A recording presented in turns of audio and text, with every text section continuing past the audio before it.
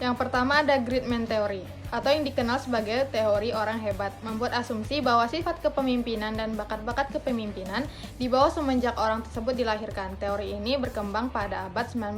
Meski tidak dapat diidentifikasikan sebagai suatu kajian ilmiah mengenai karakteristik dan kombinasi manusia, seperti apa yang dapat dikatakan sebagai pemimpin hebat, tetapi banyak orang yang mengakui bahwa hanya ada satu orang di antara banyak individu yang memiliki ciri khas sebagai pemimpin yang hebat. Yang kedua ada trait theory. Trait theory atau yang sering disebut sebagai teori sifat kepribadian ini meyakini bahwa orang yang dilahirkan atau dilatih dengan kepribadian tertentu akan menjadikan mereka unggul dalam peran kepemimpinan. Hal ini dapat diartikan sebagai kualitas kepribadian tertentu seperti keberanian, kecerdasan, pengetahuan, kecakapan, daya tanggap, imajinasi, fisik, kreativitas, rasa tanggung jawab, disiplin, dan nilai-nilai lainnya yang dapat membuat seseorang menjadi pemimpin yang baik. Teori kepemimpinan ini fokus terhadap analisis karakteristik mental, fisik, dan sosial guna mendapatkan lebih banyak pemahaman dan pengetahuan tentang karakteristik dan kombinasi karakteristik yang umum di antara para pemimpin.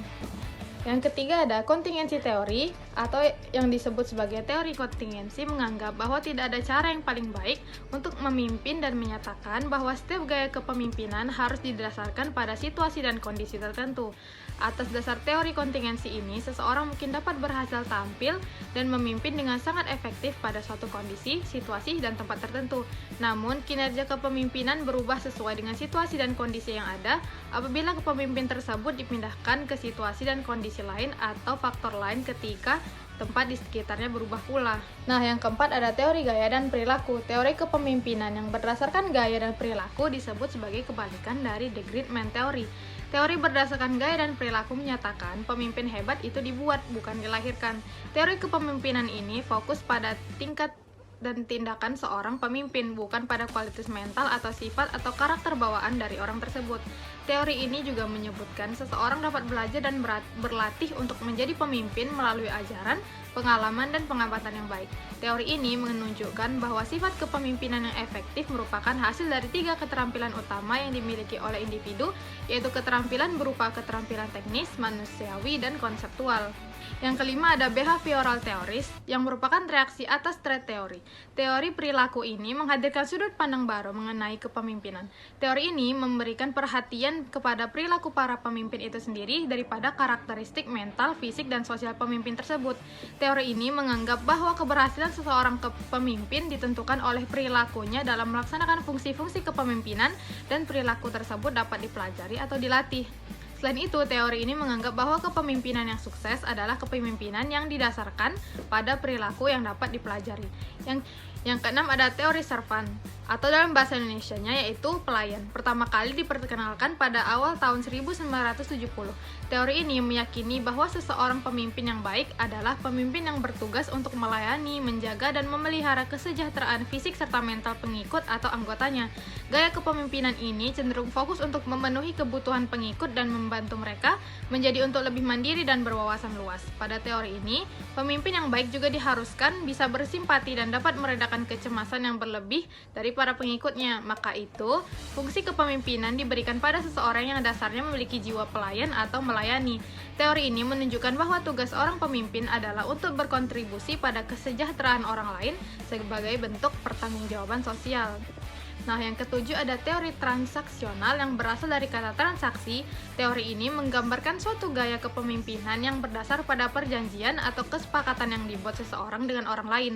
Dalam hal ini, tentunya yang menjadi pelaksana adalah pemimpin dan staf atau pengikutnya. Perjanjian ini dibuat dengan tujuan mendapatkan pertukaran atau transaksi yang sepadan atau saling menguntungkan antara pemimpin dan staf. Seorang staf yang dapat melakukan tugas dari seorang pemimpin dengan baik merupakan nilai lebih bagi staf dan juga bagi pimpinan yang memberikan tugas.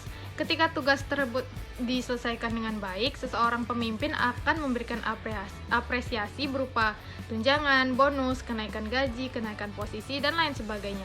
Pemberian apresiasi berupa uang atau tanda mata yang lain merupakan bentuk penghargaan atas kinerja seseorang yang membuat seseorang tersebut merasa kerja kerasnya dihargai. Penghargaan ini pula merupakan suatu bentuk hal yang telah disepakati bersama sebelumnya.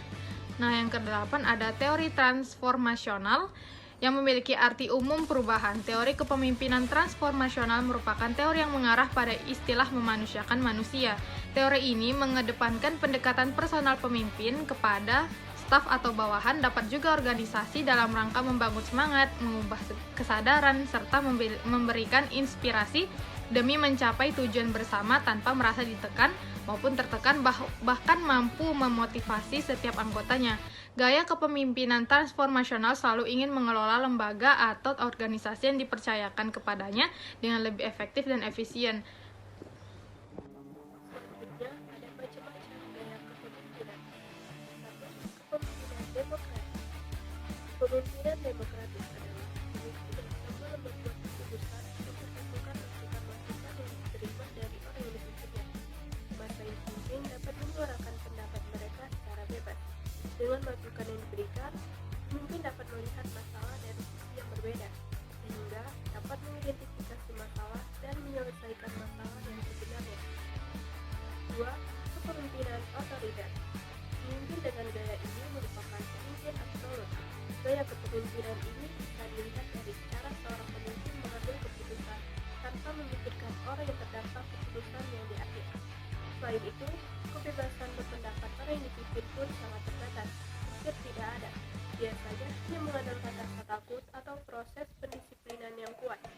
Sangat jarang kepemimpinan cara ini berhasil di sebuah perusahaan saat ini. 3. Kepemimpinan delegatif. Kepemimpinan delegatif adalah gaya kepemimpinan di mana seorang pemimpin memberikan otoritas kepada tim yang dipimpinnya dalam menyelesaikan tugas dan tanggung jawab. Gaya kepemimpinan ini dapat meningkatkan kepercayaan dan kerjasama antara anggota tim dan pemimpinnya, namun diperlukan pengawasan agar tidak terjadi kebebasan. Cara memimpin ini dapat ditemukan pada perusahaan startup yang masih berkembang dan masih membangun budaya kerja yang dirasa sesuai dengan visi dan misi yang ingin dibangun. 4.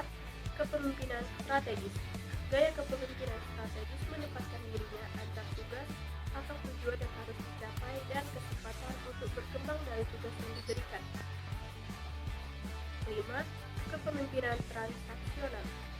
Kepemimpinan transaksional akan memberi imbalan atau reward jika tim yang dipimpinnya berhasil mengerjakan pekerjaan dengan kualitas yang memuaskan dan sesuai dengan target dan arahan.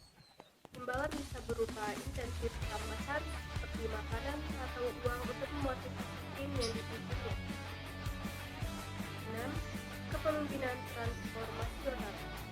Pemimpin dengan gaya transformasional selalu berupaya untuk mengubah dunia ke arah yang lebih baik. Perubahan ini bisa berupa penambahan skill set dan kemampuan untuk melaksanakan pekerjaan dengan lebih cepat. Awalnya, tim yang dipimpin diberi tugas awal dengan beban kerja standar dan deadline pekerjaan yang cukup lama. Jika dirasa tim mulai bisa mengerjakan pekerjaan sesuai target, pemimpin mulai memberikan deadline yang lebih cepat. Pemimpin dengan gaya transformasional akan selalu mendorong timnya keluar dari zona nyaman dengan tugas baru dan menantang. 7. Kepemimpinan karismatik. Pemimpin dengan gaya karismatik umumnya bisa menggerakkan massa atau tim yang dipimpinnya secara alami untuk menggapai tujuannya. Umumnya, karisma seseorang terbentuk dari lingkungan di mana orang tersebut tumbuh dan nilai-nilai sosial yang dianggap penting olehnya. Pemimpin karismatik bisa dibilang natural born leader. Kepemimpinan karismatik atau yang biasa disebut dengan charismatic leadership adalah salah satu gaya kepemimpinan untuk bisa menarik dan menginspirasi pengabdian oleh orang lain. Baiklah, contoh dari kepemimpinan karismatik yaitu terdapat pada Bapak Presiden kita, Bapak Insinyur Soekarno. Dia menggunakan orasi dan pidato yang kuat, kepribadian yang menarik, dan komitmen yang tak tergoyahkan. Dia menggerakkan masyarakat untuk perubahan yang positif, yakni kemerdekaan Indonesia. Hal ini yang membuat dia mempunyai sifat gaya kepemimpinan yaitu kepemimpinan karismatik. Baik, yang berikutnya yaitu adalah kepemimpinan otoriter atau authoritarian leadership. yaitu adalah kepemimpinan yang mengedepankan ketaatan ketat, di mana pemimpin menegakkan aturan dan kebijakan untuk mengontrol bawahan dan menuntut mereka untuk patuh pada pertanyaan. Tipe kepemimpinan ini yaitu memiliki sifat pemimpin sukses karena dirinya sendiri tanpa usaha oleh orang lain termasuk bawahannya. Hal ini membuat tipe kepemimpinan otoriter ini sangat keras dan juga tidak banyak orang yang memilikinya. Karena pasti bawahannya akan tidak merasa suka terhadap pemimpin yang memiliki sifat otoriter. Contoh dari kepemimpinan otoriter terdapat pada Benito Mussolini, Adolf Hitler, Kim Jong-un, dan Richard Nixon. Untuk Indonesia sendiri, contoh dari kepemimpinan otoriter yaitu terdapat pada rejim Soeharto yang dianggap otoriter terhadap para pengkritiknya.